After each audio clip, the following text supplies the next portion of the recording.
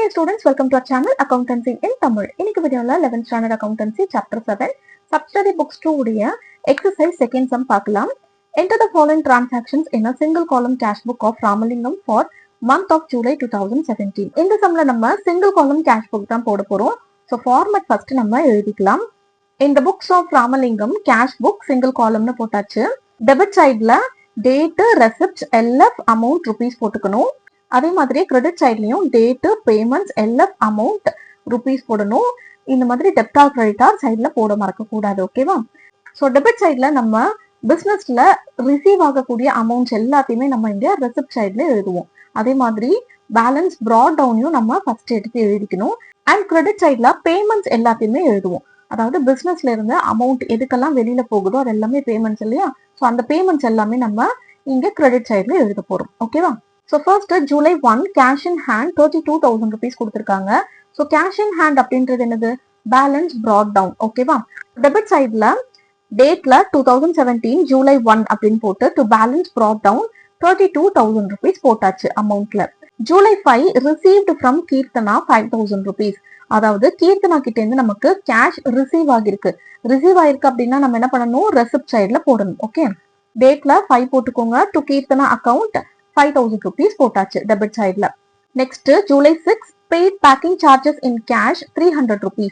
So packing சார்ஜஸ்க்காக நம்ம pay பண்ணிருக்கோம் 300 rupees. பே பண்ணிருக்கோம் அப்படின்றதுனால இதை நம்ம பேமெண்ட் சைட்ல போடணும். ஓகே, ஸோ பேமெண்ட் சைட்ல 2017 ஜூலை 6னு போட்டு பை பேக்கிங் சார்ஜஸ் 300 rupees போட்டாச்சு.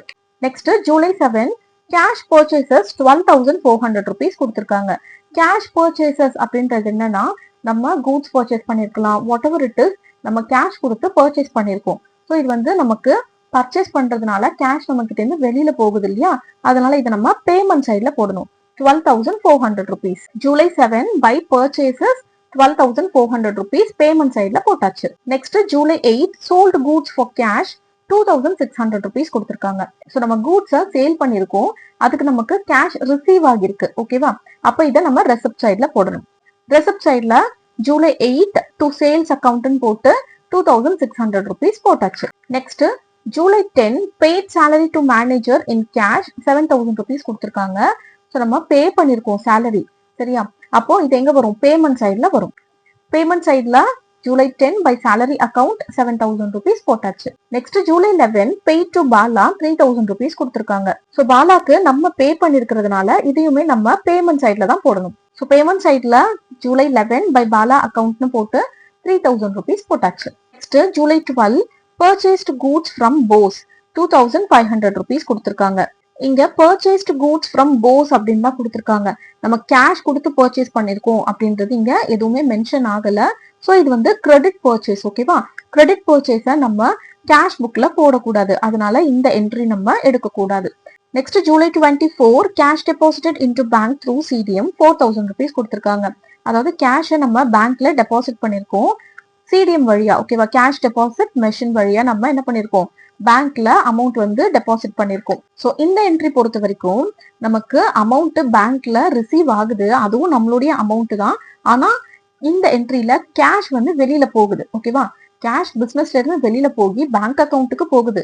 ஈவன் தோ பேங்க் அக்கௌண்ட்ல இருக்கிற அமௌண்ட் நம்மளோட அமௌண்டா இருந்தாலுமே பிசினஸ்ல இருந்து இப்ப கேஷ் வெளியில போகுதா உள்ள வருதா அப்படின்றதுதான் நம்ம பார்க்கணும். ஓகேவா?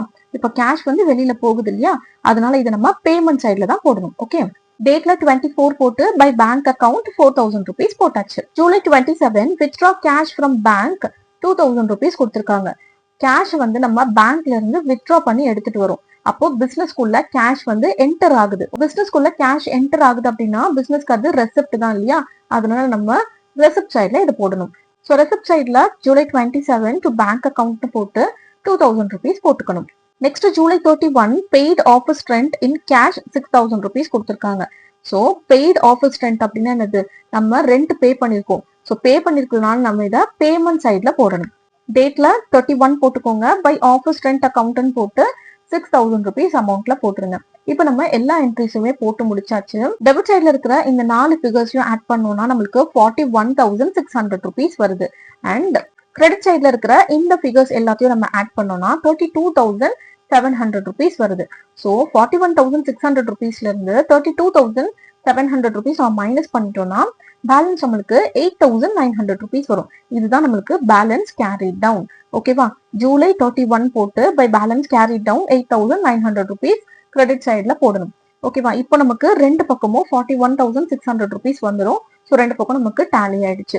இப்போ நம்ம பேலன்ஸ் கேரி டவுன் பண்ணோம் இல்லையா, இதை நம்ம ட்ரா டவுன் பண்ணிக்கணும். ஜூலைக்கு நெக்ஸ்ட் மந்த் வந்து ஆகஸ்ட் இல்லையா, அதனால ஆகஸ்ட் 1 போட்டு to balance brought down 8900 rupees debit சைட்ல போட்டுக்கணும்.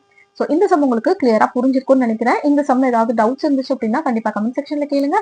அண்ட் அடுத்தடுத்த வீடியோஸ் பார்க்கறதுக்கு நம்ம சேனலை சப்ஸ்கிரைப் பண்ணிக்கோங்க. தேங்க்ஸ் ஃபார் வாட்சிங்.